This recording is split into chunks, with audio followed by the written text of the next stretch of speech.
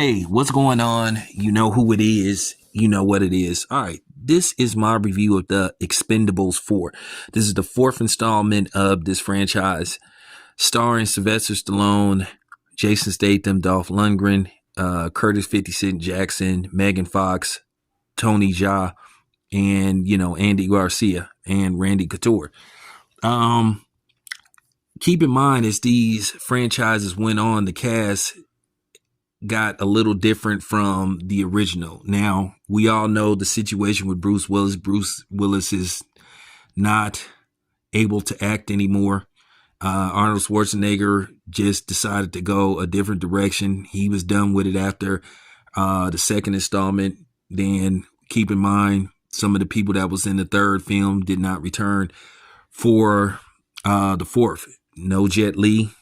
So at the end of the day, this movie, I think what they wanted to do based off the direction they were going, they wanted to pass the torch and pass the franchise on to Jason Statham.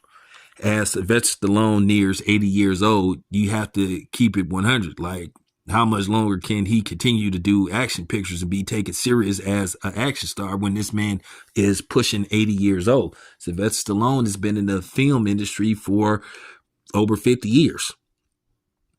So, me, myself, I grew up watching Sylvester Stallone, on the big screen, from the Rockies to the Rambos to some of the other stuff he did, like Assassins and Tango and Cash, which, by the way, I don't know why they didn't make a sequel to Tango and Cash. I love Tango and Cash, even though it was one of the most cinematic, far-fetched films I ever seen. But at the end of the day, you went to those movies to enjoy the action sequences. You didn't really go there to watch a plot.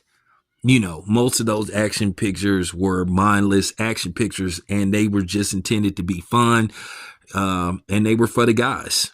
They were, for testosterone, action junkies.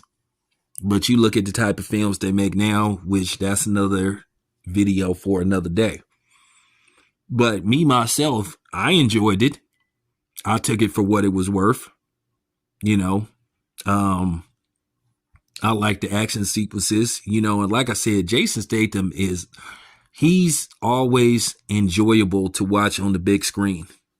He doesn't show much versatility in his films, but I think that's the niche with Jason Statham. He's always a no-nonsense type of guy, but Jason Statham is very fun to watch on the movie screen. Over the past, 15 years, he's given us some great action films, but, based off the box office return, which I'm going to talk about that later on. But me, myself, I enjoyed it. Like I said, I took it for what it was worth. I knew what I was getting into. I knew what I was going to see.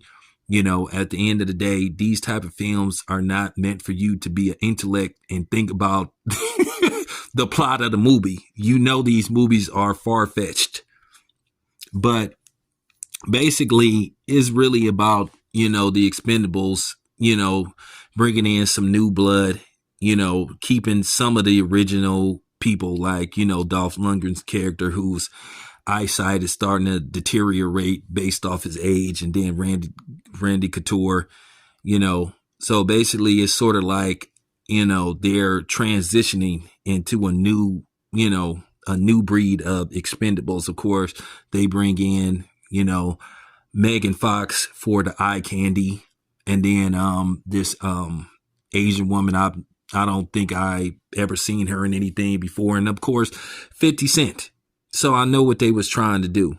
The plot is a little bit out there, but it's some surprises. It's I don't want to talk about the premise of the movie, but at the end of the day, it kind of ends on a note where you can see that Sylvester Stallone's character, Barney Ross, is ready to, retire.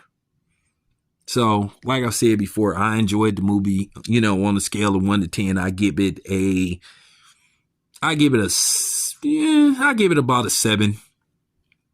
So there you have it. That's my review. It's your boy Town. I'm out.